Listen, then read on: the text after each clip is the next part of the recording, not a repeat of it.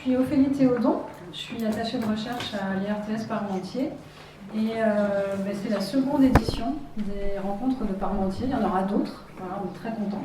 Merci de vous inviter, d'avoir accepté de venir présenter leur ouvrage. Merci à vous. Alors d'abord, qui nous sommes, c'est quoi et c'est qui le collectif Babel? À partir de 2015, nous avons commencé à nous réunir régulièrement pour continuer d'échanger et de réfléchir autour de ce qui avait été ou était encore notre expérience professionnelle commune, l'accueil, l'accompagnement et le soin des mineurs non accompagnés. Ces rencontres se sont faites dans un contexte particulier. Il y avait d'abord ce qu'on a appelé la crise des migrants ou crise des réfugiés, c'est-à-dire un afflux devenu soudain particulièrement visible de migrants cherchant à rejoindre l'Europe et une cristallisation du phénomène aux abords de la Méditerranée en particulier. Face à cela, des opinions publiques agitées de mouvements contradictoires et des pouvoirs publics cherchant à prendre les choses en main, comme si la situation était nouvelle. Le deuxième élément de contexte, c'est un ensemble de réformes, notamment entre 2013 et 2016, qui ont conduit à refondre les modalités de traitement des MNA en France, avec deux conséquences particulières. D'une part, la systématisation du processus d'évaluation. Ce qui se passe alors, c'est la mise en place systématique, l'institutionnalisation, d'une période d'attente pour les jeunes avant de savoir s'ils pourront être protégés par l'autorité publique. Une période qui peut durer de quelques jours à 18 mois, voire plus, avec des résultats assez aléatoires, voire très aléatoires, selon le département. L'institutionnalisation de procédures de tri, selon des modalités peu satisfaisantes, souvent, révoltantes même dans certains cas, au regard de la vulnérabilité de ces jeunes. Dans le même temps, d'autre part, les appels à projets se multiplient dans presque tous les départements pour ouvrir des lieux spécifiquement dédiés à l'accueil des MNA, des lieux à moindre coût presque à chaque fois par rapport aux standards de la protection de l'enfance. Troisième élément de contexte, enfin, la confirmation du poids électoral de l'extrême droite et la banalisation de ces discours dans le champ politique et médiatique. Alors ensuite, pourquoi ce livre ? Eh bien, à ce moment-là, nous avions le sentiment que les lignes étaient en train de bouger. Pour les équipes éducatives, d'abord, en protection de l'enfance, des conditions de travail toujours plus compliquées, des contraintes administratives notamment toujours plus fortes. Pour les pouvoirs publics, dans chaque département, la volonté de maîtriser les conditions d'accueil. Ce que nous avions connu, ce que nous avions défendu comme professionnels, nous avions la crainte que ce soit emporté, balayé dans des changements en cours. Faute de transmission, sans doute, mais faute aussi de capacité pour les professionnels que nous sommes à défendre nos pratiques, nos constats, nos convictions. À côté de cela, on voyait aussi autour de nous se multiplier des initiatives d'accueil. Des particuliers d'abord, des personnes que nous connaissions, qui se lançaient dans l'accueil, et aussi partout, dans la presse, à la radio, on commençait à raconter des histoires d'accueil spontané, de plus en plus nombreux, qui se mettaient en place ici et là. Ces initiatives venaient aussi d'acteurs institutionnels, des services de conseils départementaux, des associations de protection de l'enfance, mais aussi des associations venues d'autres champs, celui de l'insertion des jeunes et des adultes en particulier. Alors de notre côté, nous avons eu envie d'investir ce moment particulier en formalisant ce que nous avions appris pour le rendre visible et pour le partager davantage. Nous voulions penser l'accueil, ce geste spontané mais qui doit être pensé dans sa complexité pour être soutenu, notamment quand l'environnement semble contredire ce geste. Nous avions deux objectifs en tête. Donner à réfléchir, déconstruire les évidences, déplier la complexité de ce qui peut paraître simple, donner envie aussi, ne pas céder à un contexte morose, en partageant des expériences qui viendraient soutenir le désir d'investir l'accueil de ces jeunes. En faisant cela, nous voulions nous adresser à la fois aux non-experts, à ceux qui découvraient l'accueil des MNA, comme bénévoles ou comme professionnels venant d'autres horizons. Nous voulions aussi nous adresser aux professionnels plus expérimentés pour montrer et faire valoir leur savoir-faire. Alors comment avons-nous procédé ? Eh bien, la première étape, c'est qu'il a fallu collecter des expériences. D'abord, des expériences qui étaient les nôtres, directement. L'enjeu pour nous, c'était de mobiliser des histoires que nous avions en magasin, dans nos arrière-boutiques. Certaines de ces histoires, elles étaient faciles à mobiliser, nous les avions tout le temps en tête, dans nos échanges, dans nos interventions, ici et là. D'autres histoires ont été plus longues à aller chercher, plus lointaines dans nos mémoires. Et là, ce qu'il y a bien sûr, c'est d'être plusieurs, de pouvoir s'interpeller entre nous, de pouvoir se dire « Mais si, rappelle-toi, l'autre jour, tu en as parlé ». D'autres fois, cette expérience vécue, il s'agissait surtout de pouvoir trouver l'espace et le temps nécessaire à la saisir. Il s'agissait de trouver le dispositif qui puisse le permettre. Avec Caroline, la première, ici présente, par exemple, ça a été le cas. Nous nous sommes retrouvés à 3, au calme, avec un magnéto, et nous avons commencé à causer. Progressivement, le propos de Caroline a pris de l'ampleur. Les deux autres, donc l'autre Caroline et moi-même, nous l'écoutions, réagissant seulement de temps en temps. Ensuite, cet enregistrement a fait l'objet d'une transcription par un autre d'entre nous, qui l'a écouté, repris, ordonné, réécouté encore, puis qui nous l'a écrit et nous a remis le texte ainsi produit pour une relecture croisée. Nous avons aussi mobilisé l'expérience d'autres acteurs que nous. Des collègues d'abord, actuels ou anciens, avec qui nous avions travaillé. Des étudiants aussi ont été sollicités. Nous les avions connus dans des expériences de formateurs notamment, et plus particulièrement à l'occasion de travaux d'écriture, en lien avec leurs expériences de stage.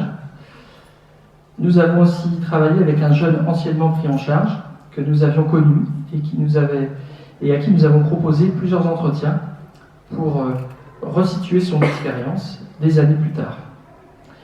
Nous avons aussi sollicité une femme engagée dans un accueil bénévole. Là aussi, nous avons procédé sous forme d'entretien, mené à plusieurs, entretien enregistré puis réécouté, à plusieurs aussi. Deuxième remarque méthodologique que je voulais faire, nous voulions donc donner à voir.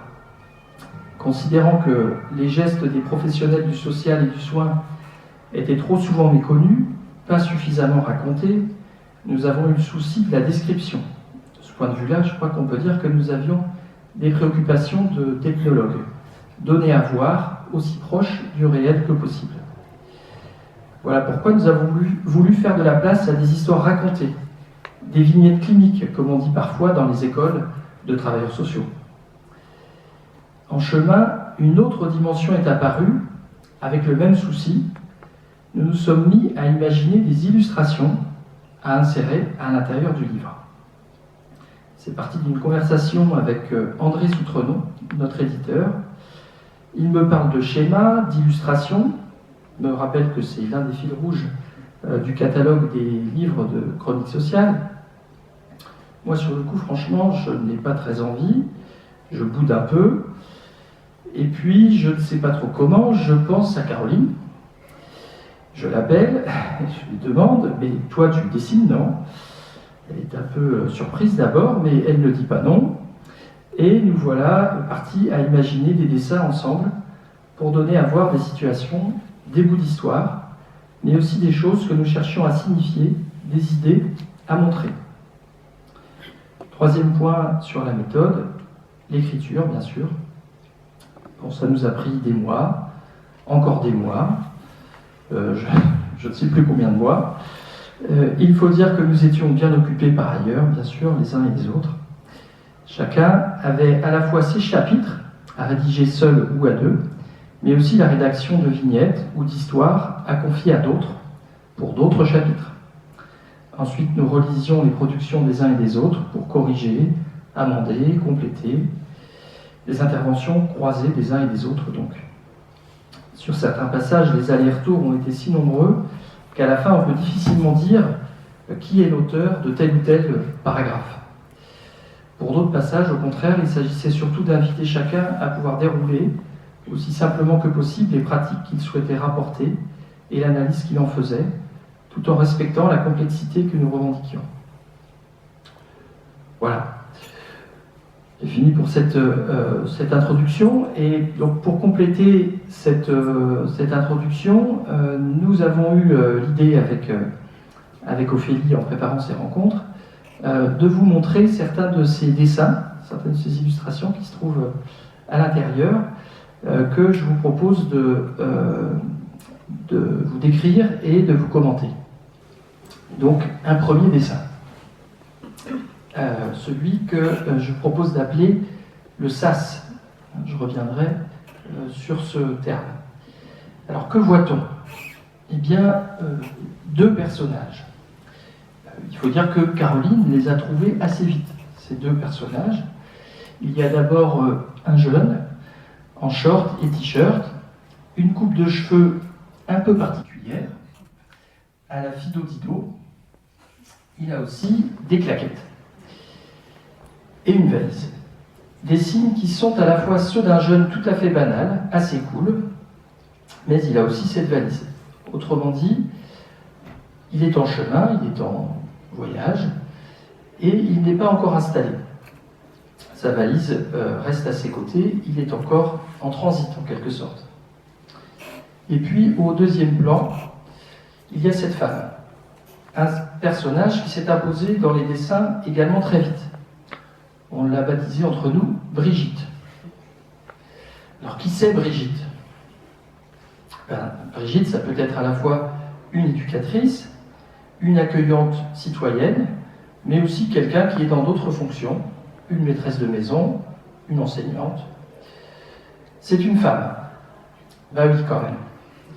Je viens de dire, ces professionnels en première ligne, ces bénévoles aussi, ce sont très souvent des femmes. Ensuite, que voit-on d'autre sur ce dessin? Eh bien, un intérieur. Ce qui nous intéressait ici, c'était la dimension de l'habiter. Habiter, c'est-à-dire être arrivé quelque part. Et d'abord, avoir un toit sur la tête. Il y a un fauteuil aussi. C'est donc un endroit où on va pouvoir se reposer.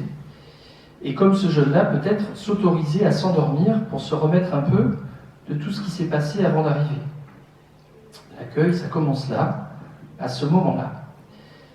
C'est un lieu, mais c'est un lieu habité aussi, puisque au second plan, il y a Brigitte.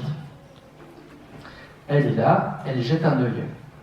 Surveillance bienveillante, pourrait-on dire. Quelqu'un d'attentionné veille sur cet endroit et veille sur ce jeune. Voilà la scène, il s'agit de représenter ce que c'est que de se poser. Sortir du chaos, sortir de l'urgence, suspendre un peu le temps qui passe en disant « Viens, installe-toi un peu ». Alors j'ai parlé de sas en présentant cette illustration. De quoi s'agit-il? Eh bien c'est une idée que nous défendons depuis un moment déjà.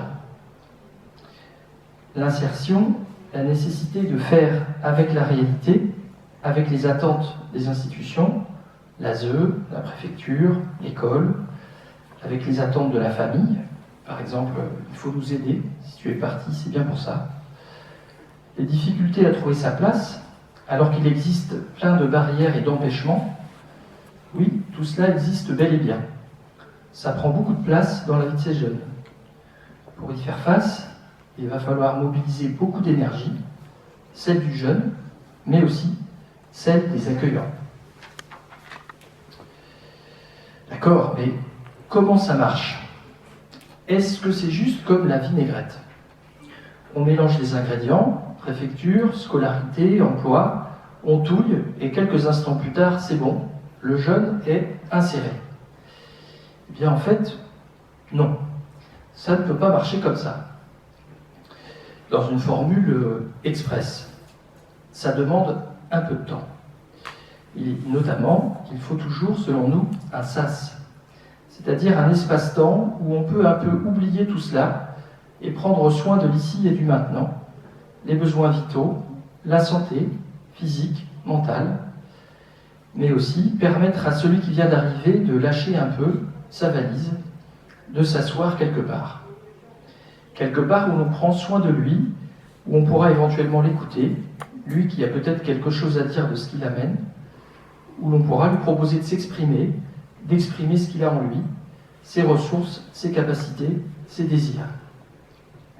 Le sas, c'est donc un moment où les attentes sociales sont en partie suspendues, une sorte de passage obligé pour que le sujet puisse être sujet, et pas seulement un objet qu'on balade. Voilà pour ce premier dessin. Alors il y en a un deuxième que je vous propose de commenter.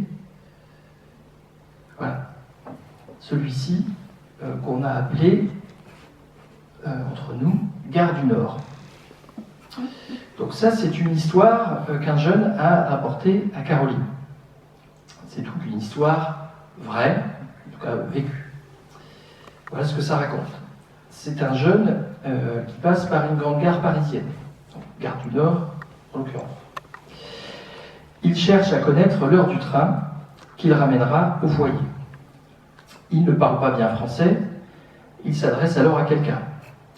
Il pense ainsi trouver de l'aide. Mais la personne à qui il demande ce renseignement se détourne, lui répond qu'elle n'a pas d'argent. Alors quel est l'intérêt de la scène ? D'abord, on nous propose ici de s'identifier aux jeunes qui vivent ce genre de situation. On a tous connu, je crois, ce genre de moment. On est perdu, on cherche un renseignement qu'on ne trouve pas. Alors que fait-on ? On cherche de l'aide. On a ce mouvement de se tourner vers quelqu'un. Sauf qu'à la place de l'aide attendue, ce qui se passe, c'est une situation de confusion. Celui à qui on s'adresse, celui dont on a besoin, celui-là comprend autre chose et se détourne de nous. En plus, dans cette scène, il y a un élément supplémentaire dans la réaction de cette personne, puisque ici, elle pense que le jeune veut de l'argent. Le voilà renvoyé à la situation de quelqu'un qui demanderait de l'argent pour survivre. Ce serait donc la façon dont il est perçu ici, à Gare du Nord. Dans cette scène toute simple, on a affaire à un mécanisme finalement très banal de mise à distance, un mécanisme qui va empêcher la relation de s'établir. Dans le livre, on avait envie de parler de questions de communication de façon générale, et ce qu'on avait envie de raconter à ce sujet, ce sont des choses toutes simples auxquelles on s'habitue tellement facilement qu'on peut les manquer, les oublier. Par exemple, l'expérience de ne pas pouvoir dire ses besoins, de ne pas être compris, ni même entendu. Également, la confusion dans laquelle on se trouve quand on ne parvient pas à échanger dans la langue qu'on utilise habituellement. Le silence auquel on peut se trouver réduit et qu'on peut finir par accepter, par banaliser. Le soulagement, enfin, que ça peut être, par-delà les impératifs de communiquer dans un pays étranger, de parler sa langue maternelle.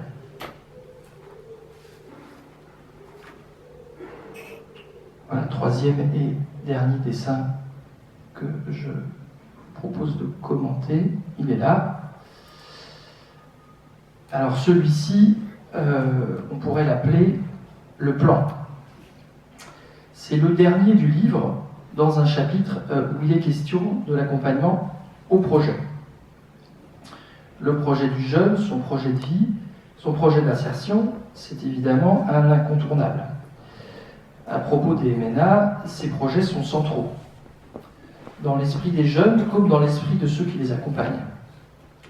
Ils ne vont pas de soi néanmoins. Il peut y avoir des obstacles de diverses natures.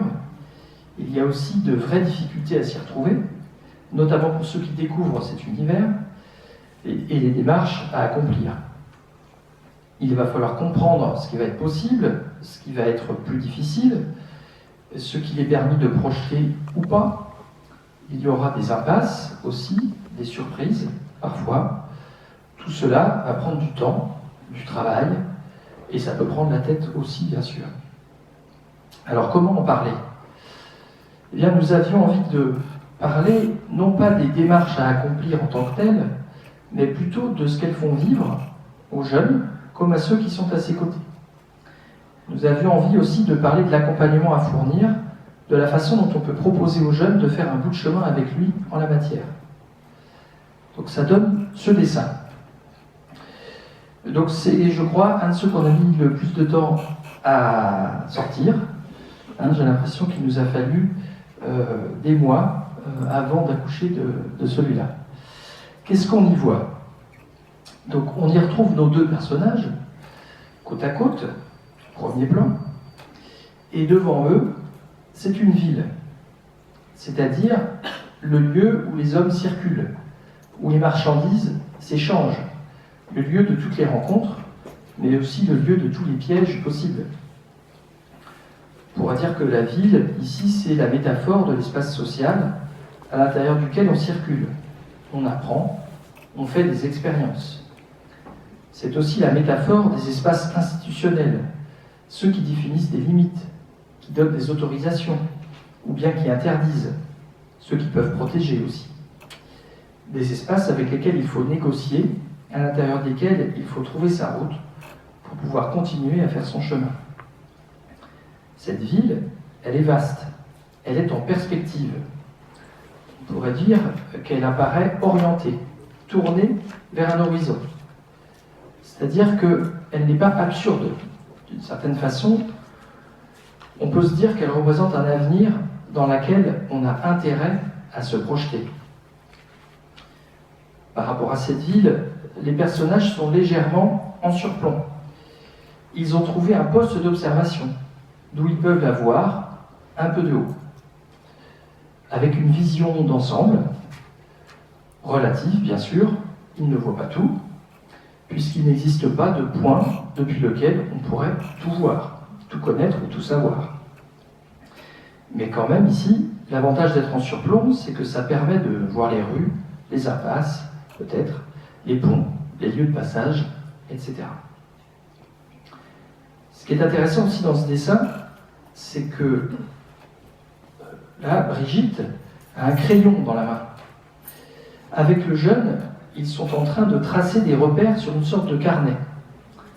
Alors ça nous plaît beaucoup comme image, car il y a des outils, le stylo, le carnet, qui viennent rappeler déjà le besoin de passer par des médiations pour communiquer. Les médiations, on pourrait dire, établir un support, trouver un objet, un document, quelque chose qui va être la preuve qu'ici, on s'engage dans le concret. Cet objet ici, c'est un plan qui est dessiné.